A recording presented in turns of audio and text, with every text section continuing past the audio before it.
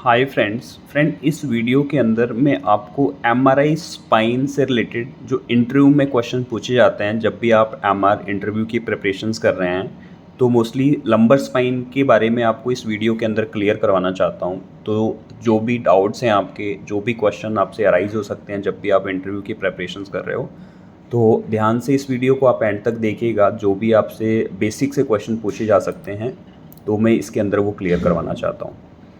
ठीक है फ्रेंड्स, सबसे पहली चीज़ तो आपको जब भी आप लंबर स्पाइन एमआरआई करते हैं तो लंबर स्पाइन एमआरआई हम स्पाइन एरे कॉइल में करते हैं। लंबर स्पाइन जो एमआरआई हम करते हैं वो स्पाइन एरे कॉइल के थ्रू हम करते हैं। ठीक है, लंबर स्पाइन देखो, जो हमारा लंबर रीजन है वो हम बॉडी कॉइल में जो कॉइल्स होती हैं हमारी टेबल में बिल्ट कॉइल रहती है जिसको स्पाइन एरे कॉइल कहते हैं, उसके थ्रू ये स्कैन करते हैं। और आप lumbar spine MRI feet first करके भी कर सकते हैं। अगर कोई पेशेंट क्लॉस्ट्रोफोबिक है तो आपको लंबर स्टडी करनी है तो आप पैर अंदर करके भी स्कैन को कर सकते हैं अगर आपके पास बॉडी में इनबिल्ट कॉइल है। ठीक है फ्रेंड, तो जब भी आप स्पाइन्स करते हैं तो आपसे ये बेसिक क्वेश्चन पूछा जा सकता है कि स्पाइन्स के लिए हम कौन सी कॉइल लगाते हैं। तो स्पाइन के लिए हमारे पास इनबिल्ट बॉडी कॉइल भी है। अगर आपके पास इनबिल्ट बॉडी कॉइल नहीं है तो आप एब्डोमेन्स की कॉइल के थ्रू भी स्पाइन कई बार करते हैं। ठीक है, तो ये क्वेश्चंस भी आपसे पूछा जा सकता है।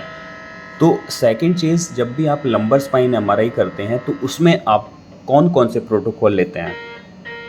प्रोटोकॉल तो बहुत पूछा ही जाता है कि कौन कौन सीक्वेंसेस हम लंबर स्पाइन स्टडी में लेते हैं। तो सबसे पहले जब भी हम लंबर स्पाइन की स्टडी करते हैं ना, तो हम सजाइटल, सैज T2, sag T1, Cornell stir, axial T2 और सैज स्टर, ये सारी सीक्वेंस लेते हैं। यानी कि सैज में तीनों सीक्वेंस लेने हैं आपको, सैज T2, sag T1, sag stir, coronal stir और एक्सियल T2 और एक्सियल T1। ये रूटीन है। इसके अलावा ऑप्शनल भी सीक्वेंसेस होते हैं। रूटीन सीक्वेंस पूछे गए तो आप ये बता सकते हैं। ठीक है, तो आप इस तरह से सीक्वेंस को आइडेंटिफाई करके बताओगे तो आप बिल्कुल सही करेक्ट आंसर दे पाओगे और डेफिनेटली आपका इंटरव्यू बिल्कुल एकदम करेक्ट होगा। और थर्ड क्वेश्चन आपसे ये पूछा जा सकता है कि स्टर की क्या इंपॉर्टेंस है जब हम स्पाइन की एमआरआई करते हैं, स्टर सीक्वेंस। तो आप डेफिनेटली बताओ कि स्टर का बहुत ज़्यादा रोल रहता है। स्टर एक मेजर सीक्वेंस है। अगर कोई बोनी फाइंडिंग्स, कोई ट्यूमर, लीजन, फ्रैक्चर्स, कोई बोन मैरो एडिमा या मैरो एडिमा कहीं भी हो तो वो स्टर सीक्वेंस में हम देखते हैं। इसलिए स्टर की इम्पोर्टेंस बहुत ज़्यादा होती है। ठीक है फ्रेंड्स, तो ये स्टर के बारे में आपसे क्वेश्चन अराइज हो सकता है कि स्टर की क्या इंपॉर्टेंस रहती है हमारी। तो स्टर की इम्पॉर्टेंस यही रहती है। और उसके बाद आपसे ये क्वेश्चन पूछा जा सकता है कि जब भी हम स्पाइन स्टडी करते हैं तो उसमें हम कितना स्लाइस थिकनेस और स्पेसिंग रखते हैं। जब भी हम स्पाइन का एमआरआई करते हैं तो उसमें सजाइटल सेक्शंस के थ्रू हम जो स्लाइस थिकनेस और स्पेसिंग रखते हैं वो रखते हैं 4 to 5 mm के बीच में, और स्पेसिंग हम रखते हैं 1 to 1.5 के बीच में। आप लेस भी कर सकते हैं। 1 to 1.5 हमारा स्टैंडर्ड स्लाइस थिकनेस है जब भी आप स्पाइन एमआरआई करते हैं। और एक्सियल में भी हम 3.5 to 4 और 1 to 1.5 की स्पेसिंग में हम स्कैन लेते हैं। तो ये क्वेश्चन आपसे बहुत बार पूछा जा सकता है। ठीक है, अब इसके बाद एक क्वेश्चन आपसे और पूछा जाता है, जब भी आप स्पाइन एमआरआई करते हैं तो उसमें हम फ्रीक्वेंसी डायरेक्शन कैसा रखते हैं। सैज में, सजाइटल सेक्शन में हम फ्रीक्वेंसी डायरेक्शन हमेशा रखते हैं एंटीरियर टू पोस्टीरियर। अगर एक्सियल की बात आए तो एक्सियल में हम रखते हैं right to left. Axial section में जब हम एक्सियल प्लान करते हैं राइट टू लेफ्ट, ये देखो। तो ये भी बहुत बार क्वेश्चन पूछा जाता है कि फ्रीक्वेंसी डायरेक्शन हम सैज में कैसे रखते हैं, एक्सियल में कैसे रखते हैं।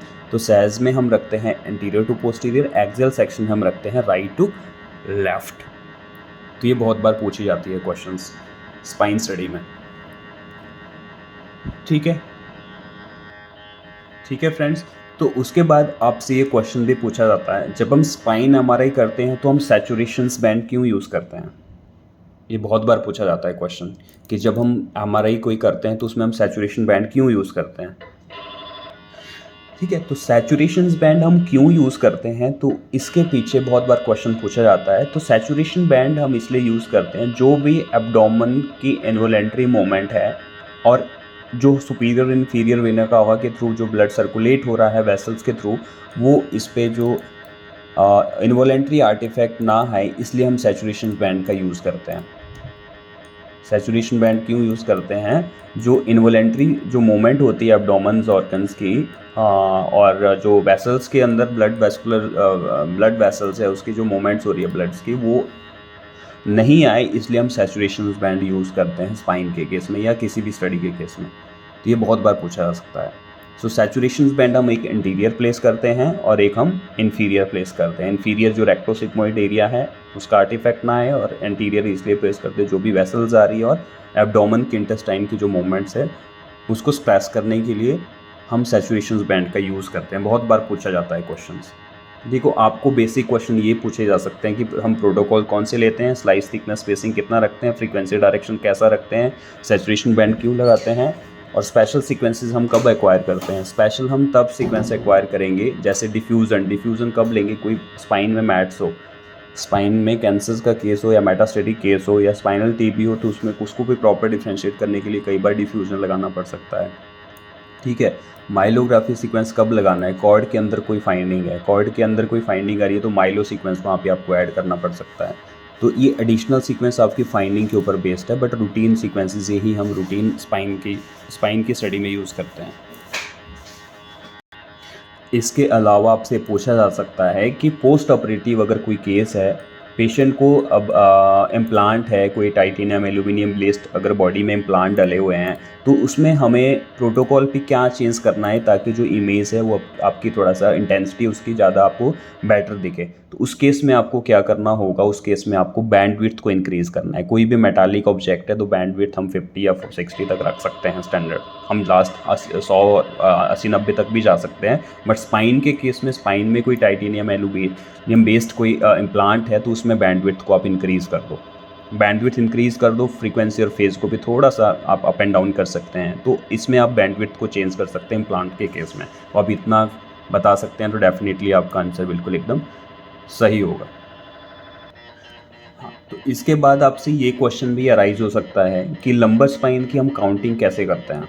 तो लंबर स्पाइन की काउंटिंग हम करते हैं, अगर आपने होल स्पाइन स्कैनिंग नहीं किया है तो आप अगर सिर्फ ओनली लंबर किया है तो लास्ट वर्टिब्रल डिस्क जो होती है, जो लास्ट डिस्क होती है वो L5 S1 के बीच में होती है। ये देखो, ये L5 है, ये S1 है, तो ये L5 है, ये 4 है, 3 है, 2 है, 1 है। तो आप ऐसे ही बताएंगे, तो L5 और S1 के बीच में लास्ट वर्टिब्रल डिस्क होती है, तो L5 आप उसको काउंट करें 4 3 2 1। तो ये काउंटिंग से भी कई बार क्वेश्चन पूछा जा सकता है अगर एज अ फ्रेशर आपको, अगर कहीं भी आप फ्रेशर इंटरव्यू के लिए जा रहे हैं तो ये बेसिक से क्वेश्चन आपसे डेफिनेटली पूछे जा सकते हैं कि आप कैसे काउंटिंग करेंगे। तो अगर आप ऐसे आंसर देंगे तो डेफिनेटली आपका आंसर एकदम करेक्ट है।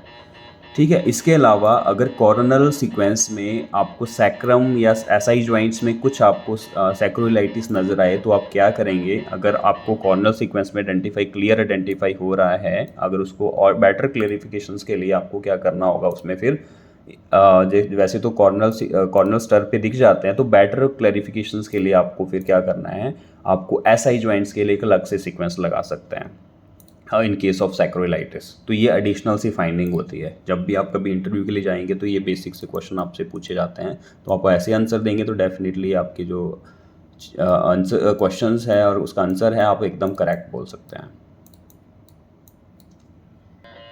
तो ठीक है फ्रेंड्स, तो ये क्लिनिकल बेस्ड क्वेश्चंस आपसे, कुछ क्लिनिकल बेस्ड क्वेश्चन आपसे ऐसे पूछे जा सकते हैं। तो ये क्लिनिकल बेस्ड जो चीज़ें हैं वो मैंने इस वीडियो के अंदर आपको क्लियर करवाई है। इस वीडियो में आपको मैंने मैक्सिमम चीज़ें क्लियर करवाई है जो आपसे बेसिक इंटरव्यू से क्वेश्चन पूछे जा सकते हैं। तो इसके अलावा बेसिक आपसे क्वेश्चन भी पूछे जा सकते हैं। अगर फिजिक्स की हम बात करें, एमआर फिजिक्स की बात करें, तो एमआर फिजिक्स में T2 वेटेड में हम टाइम टू रेपिटेशन कितना रखते हैं, टाइम टू इको कितना रखते हैं, T1 में टाइम टू इको कितना रखते हैं। तो ये मैंने ऑलरेडी वीडियो आपको अपलोडेड कर रखी है ऑलरेडी इस चैनल्स पे, तो आप देख सकते हैं। अगर ये सारी चीज़ें आपको एमआर फिजिक्स से क्वेश्चन तो बहुत पूछे जा सकते हैं। एक्स्टर सीक्वेंस में टाइम ऑफ इन्वर्जन कितना रखते हैं, तो ये भी मैंने ऑलरेडी अपलोड किया है, तो वो भी आप देख सकते हैं। तो बेसिक सी क्लिनिकल चीज़ें आपसे इंटरव्यू में पूछी जाती है, तो आप उस चीज़ों को ध्यान से देखिएगा, और ये बेसिक सी चीज़ें मैंने आपको ऑलरेडी बता रखी है। ठीक है फ्रेंड, तो प्रोटोकॉल्स अच्छे से देखो, प्रोटोकॉल को अच्छे तरह से लर्न कर लो, सारी चीज़ें अच्छे से लर्न करो, डेफिनेटली आपका इंटरव्यू वेल एंड गुड होगा। ठीक है फ्रेंड्स, तो ऐसे आप प्रिपेयर करके जाएंगे तो मोस्टली आपका इंटरव्यू बेसिक से एडवांस तक चला जाएगा। आप काफ़ी अच्छा आप इंटरव्यू दे सकते हैं फ्रेंड्स। तो इस तरह वीडियो मैं आपको अपलोडेड करता रहूँगा, जो भी बेसिक सी चीज़ें हैं वो मैं आपको बताता रहूँगा। तो आप मेरी वीडियो पे बने रहिए और मेरी वीडियो को देखते रहिए। Thank you very much friends.